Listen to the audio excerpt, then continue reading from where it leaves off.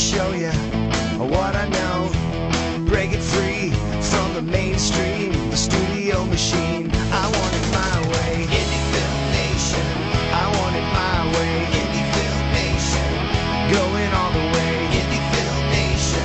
You know it's gotta be Indie Film Nation. Hi, this is Bruce Himmelblau with Indie Film Nation. We're here in Sundance talking with Nick Broomfield, writer and director of the film Ghosts, which is up for the World Dramatic Competition. Nick, can you tell me a little bit about the film?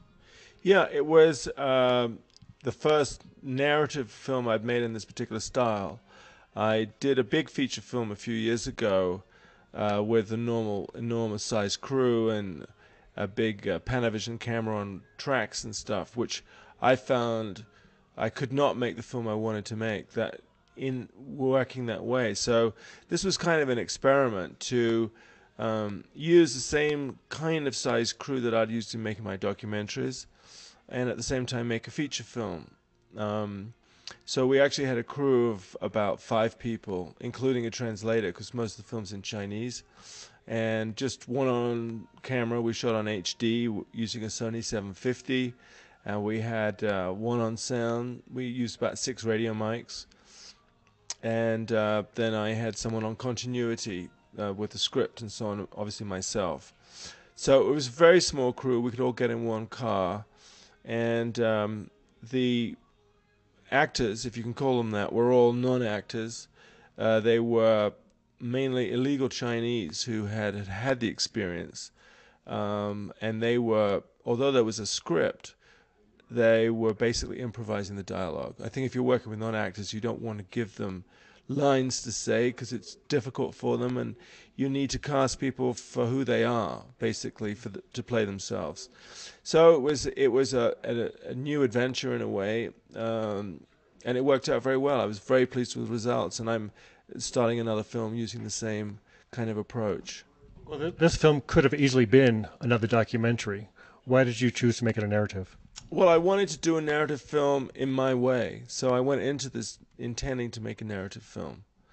I felt that the technology had changed enough that it would be possible to make a very intimate, powerful narrative film with a very, very small crew. And I think it's also good just to keep changing what you're doing. I think after you've worked in a particular style, and I've been working in the style in which I'm known, appearing in the film for like a long enough time for me to not be surprised by it anymore, it seemed a good time to try something different. And your style of film, why did you choose more of a documentary film style for shooting it, or as opposed to, you mentioned tracks? Did you find it easier to working handheld? Well, I've always worked handheld, yeah, and I think the dramatic film tradition has sort of come out of the theater, really. So you've got these big sets, you've got massive technology, which is kind of really redundant in my opinion. It sort of all comes out of the technology somehow of the 30s, these gigantic machines, that, and you try and make a film despite them.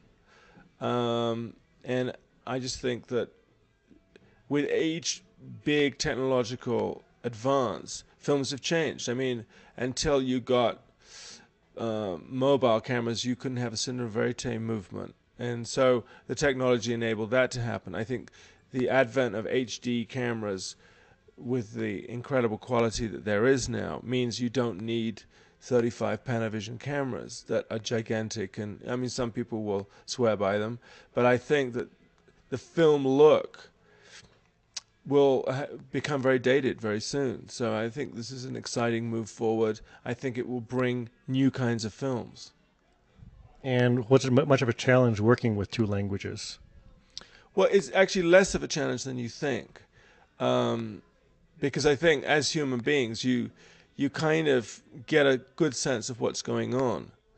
I had a translator, but some of the Chinese spoke some English, and I would get sort of more or less simultaneous translation through an earpiece. So it was fine, actually.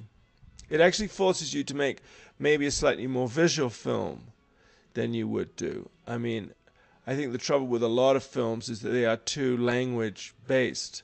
It's like you tell the story with the dialogue, as against using a visual medium for telling the story. So I think it's much, in a way, it's a very good exercise to visualize a scene, to think, well, actually, how can I represent this scene visually, rather than how do I get the dialogue in to tell the audience what the scene's about.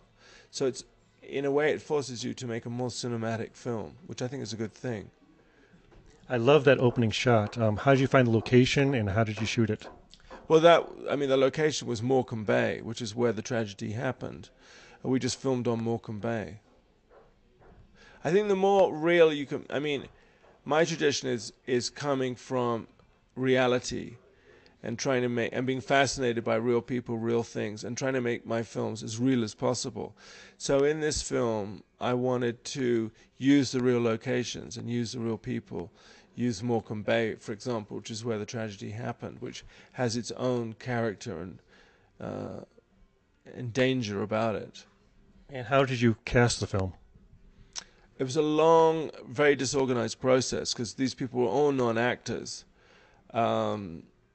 And it was a real,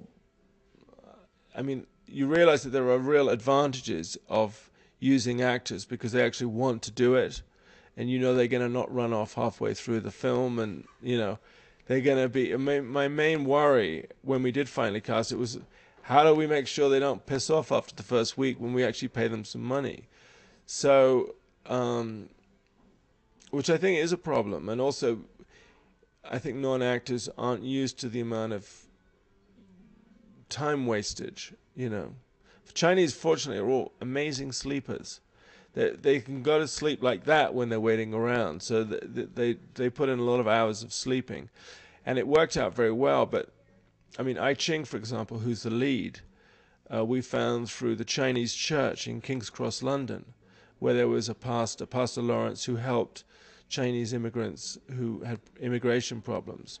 So he introduced us to a number of his congregation, and I Ching was one of them. So it was very eclectic, the places we were going to. You said you shot in HD. Which camera, and what did you edit on? We shot on the Sony 750, and we cut on Final Cut Pro. And how involved were you with the editing process? Well, very. I have to confess that I used to cut all my films on film, physically. So I'm a antiquated Steenbeck man. But I obviously know how to cut very well, so I'm always in the editing room, and I think obviously you make a film in the editing room, so you can't not be there. Was it hard to keep your hands off the editing decks? Well, it was very easy actually, because I haven't got a clue what I'm doing on a Final Cut Pro, and it would just destroy the film. So I tend to work with people who are very good technically. I worked actually with Peter Cristallis, who had cut a lot of Michael Winterbottom's films, who was actually fantastic to work with. He had quite strong opinions of his own, which was very interesting to work with. He would sometimes see things in a scene that I didn't see. So I think it was a good working combination, actually. And what is next for Nick Broomfield? I'm doing a film about it's called The Battle for Haditha. It's a story which is very current at the moment, where 5 Marines have been charged with murder. And I'm using ex-Marines and Iraqis to tell the story in a very similar style to this film. Is this your future direction then? More narrative type documentaries? Well, certainly for the next film. I don't know about the future. I think, but I start that in March, so it's quite soon in the next month. And I'm excited by it, and I don't know necessarily what I'm going to do after that. And how can our listeners, viewers, find more about ghosts? They can get to it through my website, which is nickbroomfield.com, and there are lots of links. That's probably the best site to go to. Great. Well, thank you very much. Pleasure. Thank you. Stay tuned for more in the series of podcasts from Sundance and Slamdance here on Indie Film Nation. Indie Film